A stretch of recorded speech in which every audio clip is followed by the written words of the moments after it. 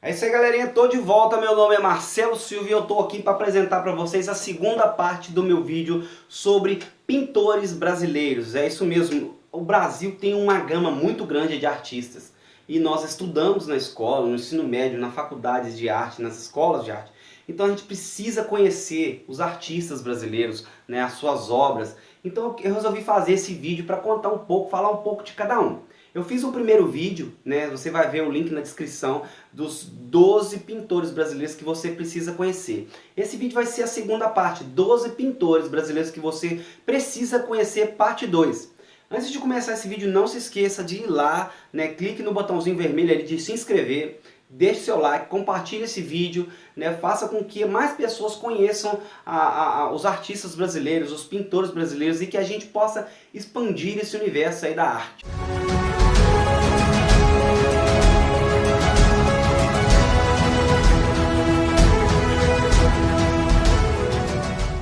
É isso aí, galera. O primeiro artista que eu vou falar para vocês é Manabu Mabi. Manabu Mabi, que viveu de 1924 a 1997, foi um dos pioneiros do abstracionismo no Brasil. Aportou no país em 1934 e chegou a trabalhar na lavoura na região de Lins, São Paulo, onde começou a pintar, improvisando um ateliê. Em diálogo com a arte nipônica, as pinturas do artista promoveram a síntese entre a sofisticação da escrita oriental, por meio da simplificação das formas e pela gestualidade, e um aprimorado uso de cores. Mabi obteve grande reconhecimento em vida, e sua carreira atingiu um ponto alto quando conquistou o prêmio de melhor pintor nacional da 5ª Bienal Internacional de São Paulo em 1959, e o prêmio Fiat na 30ª Bienal de Veneza em 1960. O segundo artista que eu quero falar é Luiz Sassilotto. Elementos geométricos como círculos, quadrados e triângulos formavam o vocabulário básico dos quadros e esculturas de Luiz Sassilotto, que viveu de 1924 a 2003. Um dos grandes pintores do concretismo do Brasil. Geometria é a minha paixão, dizia o artista, que em 1952 assinou o manifesto do grupo Ruptura, junto com Valdemar Cordeiro e Lothar Charaux, entre outros. Esse texto lançou no Brasil o concretismo, uma das influências essenciais para o surgimento da arte contemporânea no país. Mesmo com os diversos desdobramentos das tendências artísticas, após os anos 1960, Sassilotto se manteve no mesmo estilo. Sou fiel ao concreto, tenho consciência de que pertenço a uma linhagem, afirmava ele. O terceiro artista que eu quero falar aqui agora é Vicente do Rego Monteiro. Nascido no Recife, Vicente do Rego Monteiro, que viveu de 1899 a 1970, foi um dos principais artistas modernistas do Brasil.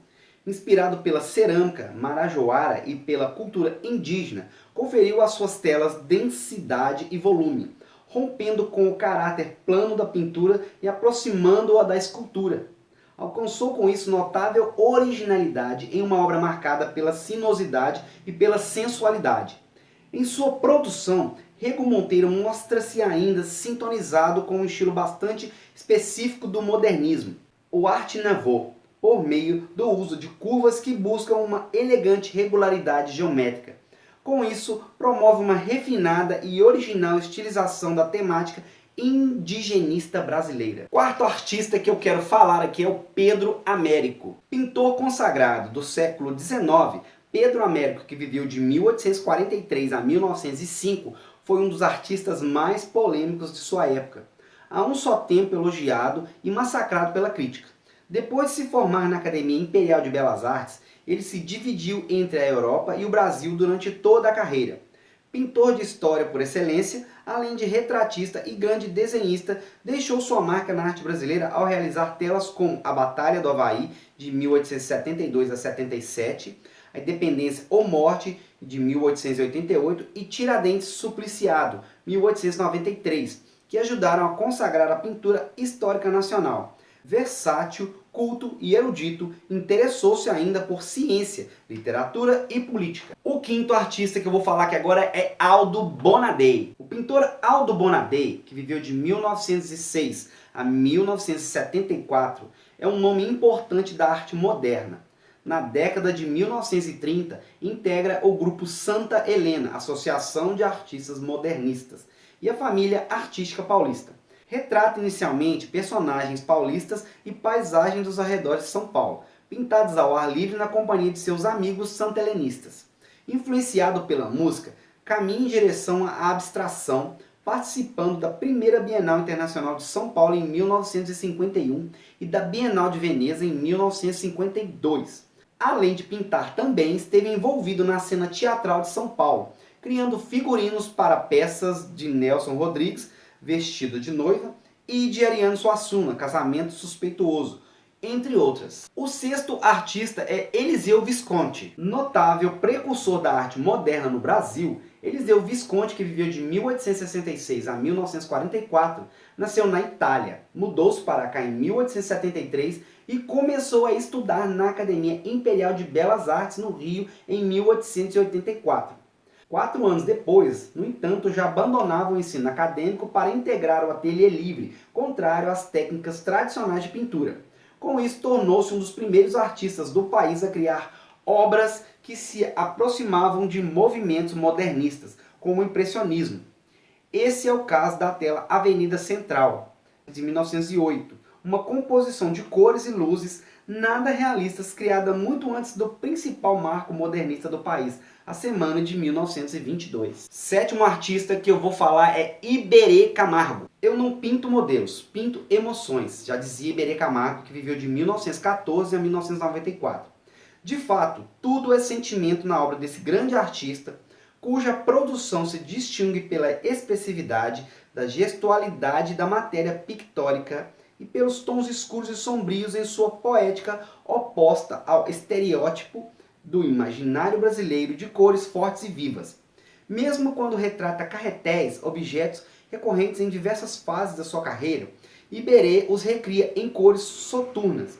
Os carretéis comparecem tanto em telas figurativas quanto em formas espessas de tinta, que se transformam em quadros abstratos.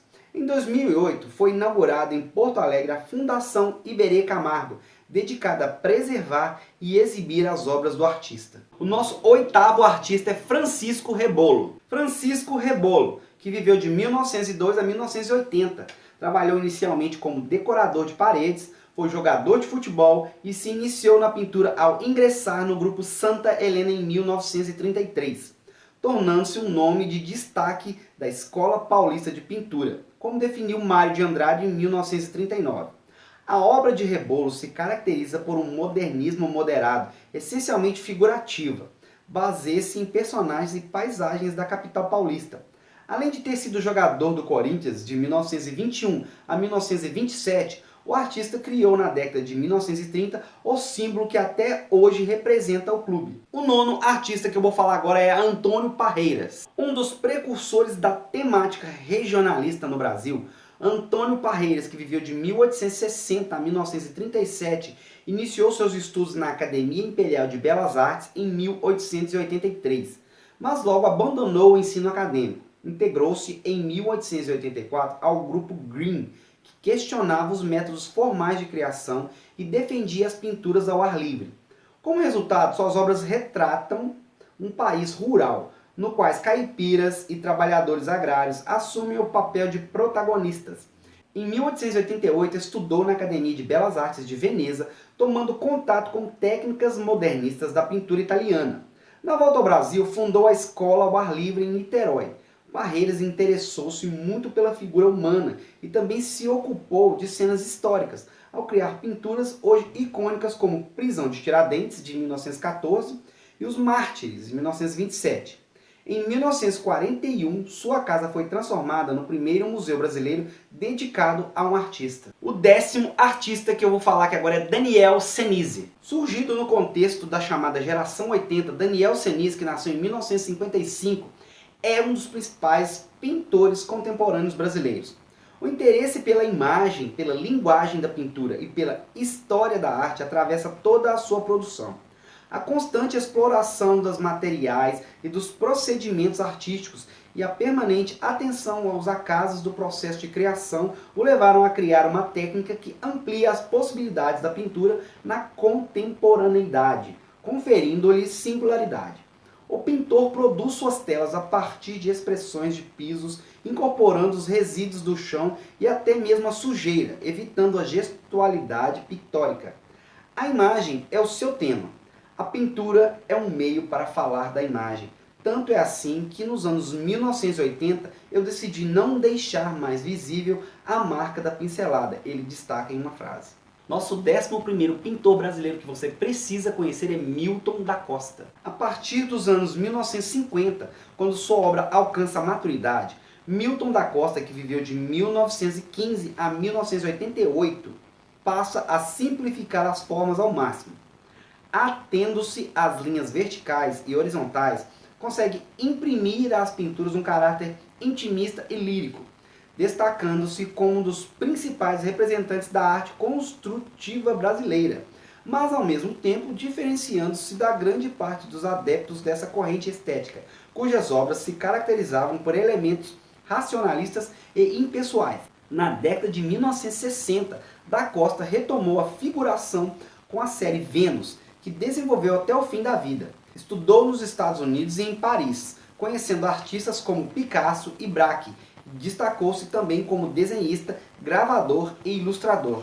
Nosso 12º pintor brasileiro que você precisa conhecer, desse segundo vídeo sobre 12 pintores brasileiros que você precisa conhecer, é o Willis de Castro. Um dos principais artistas construtivos brasileiros, o Willis de Castro, que viveu de 1926 a 1988, atingiu um ponto alto de seu trabalho com os objetos ativos, criados entre 1959 e 1962.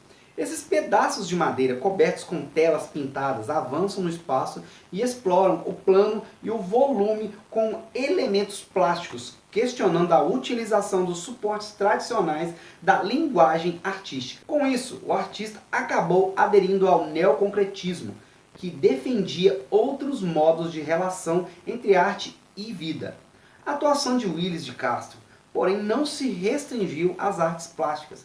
Ele se dedicou também à programação visual, crítica, curadoria, poesia e música, além de ter criado padrões para tecidos e cenários e figurinos para teatro. É isso aí, galera. Com esse artista eu encerro essa série, dessa segunda parte desse vídeo sobre 12 pintores brasileiros. Mas tem muito mais, mas isso fica para uma próxima ocasião.